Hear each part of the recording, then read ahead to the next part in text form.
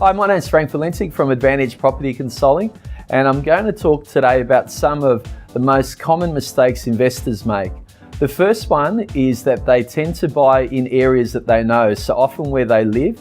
This might not necessarily be the best investment strategy. They put all their eggs in one basket and they might not buy the best property that they can afford in the marketplace, but they feel comfortable doing that and are more confident buying in areas that they know, which is not necessarily a smart and wise investment strategy. Secondly, they buy brand new or off the plan. Often they pay premium price for this product. It's basically involving developers' margins and developers' profits. So sometimes the prices can be above market value, and they, like a new car, they often buy a property that's overpriced, and as soon as they've bought it, they have often got negative equity there. Just as you would when you buy a car and you drive it out of the driveway, often that car is depreciated in value already. Thirdly, one of the biggest mistakes I see is investors say, I'd like to live in that property one day, I might want to live in it, I might want to retire in it, but they never usually do that, but they tend to buy a property with emotion rather than buy just for the investment strategy. So that can be a very wrong decision to make, because they often make decisions buying the wrong areas that don't have the strongest growth. And I've never wanted to live in any of my investment properties, and they've all made me some very good capital growth, and that's the most important thing, is to make an unemotional investment decision.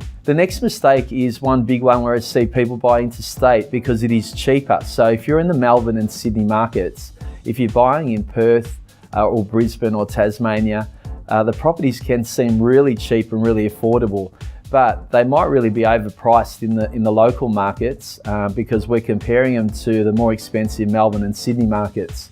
So we've often seen Sydney investors buying now in Melbourne and paying premium prices because they're used to Sydney prices.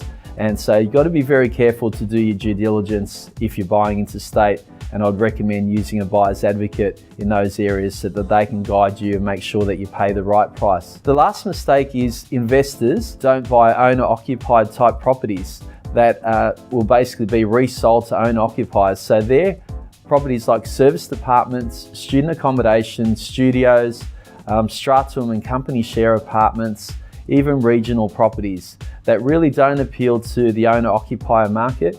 They're the market that will pay the premium for your property. They'll pay with emotion and really pay a premium price. These are the 5 main mistakes I see investors make when they're buying property. It's very important to avoid these mistakes because these will cost you tens of thousands of dollars and will cost you the capital growth that a good investor will aim for in a property, and also the great cash flow returns as well.